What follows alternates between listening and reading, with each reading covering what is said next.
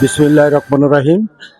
আপনারা অনেকে কথা বলেছেন, আমি আমার শ্রদ্ধেয় বড় ভাই জনাব নাজিমুদ্দিন আলম ভাইয়ের অনুমতিক্রমে কথা বলছে। আজকের সবার সম্মানিত সভাপতি, আমাদের ছাত্রনেতাদের পুরোদা আমান খোকন, আলম প্যানেলের আজিএস, বাংলাদেশ জাতীয়বাদী ছাত্র দলের সাবেক সাধারণ সম্পাদক, সাবেক এমপি, প্লিজ আপনারা একটু চুপ করে বসেন, আমরা কিছু গুরুত্বপূর্ণ কথা বলবো, আপনারা আমাদের সহযোগিতা করেন। আলম ভাইকে আমরা 90-এর 80-র দশক এবং 90-এর ছাত্র নেতারা আমরাও চাই ঐক্যবদ্ধভাবে কাজ করে 190 ঢাকা 17 আসনে আমাদের চেয়ারপারসনকে বিজয়ী করার জন্য আমরা প্রতিটি ঘরে ঘরে যাব। আপনারা সবাই সচেতনভাবে কাজ করবেন। আমি আলম ভাইয়ের কাছে একটা প্রস্তাব রাখছি।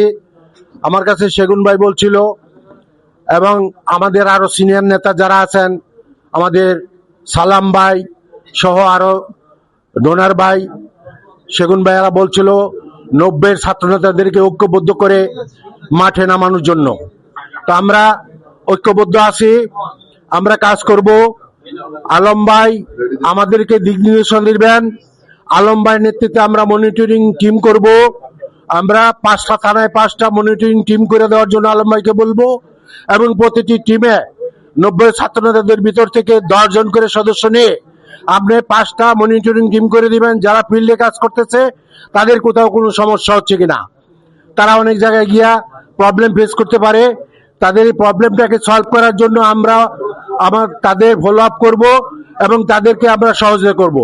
সেখানে আপনি মনিটরিং টিম করে দিবেন এবং সিনিয়র, শিক্ষিত, মার্জিত, ভদ্র যারা টিম চালাইতে পারবে এমন ছেলেদেরকে আপনি সিনিয়র দেখে, বয়স্ক দেখে টিম করে দিবেন যারা মনিটরিং করবে। আর কেন্দ্রভিত্তিক যে কমিটি আছে সে কেন্দ্রভিত্তিক কমিটি সুপারভিশন করার জন্য আমাদের পর্যাপ্ত রিসোর্স আছে। এই রিসোর্স থেকে আপনি সিলেকশন করে, তালিকা থেকে সিলেকশন করে মহিলাদেরকে গাইড করার জন্য মহিলা সুপারভাইজার নিয়োগ করে দিবেন বা ওদের সুপারভিশন করবে। আর পুরুষদেরকে গাইড করার জন্য আমাদের ছাত্র নেতাদের ভিতর থেকে তাদেরকে সুপার করার জন্য, সহায়তা করার জন্য, সার্বিক সহায়তা করার জন্য আপনি কমিটিগুলি করে দিবেন। এলো আমার প্রস্তাব।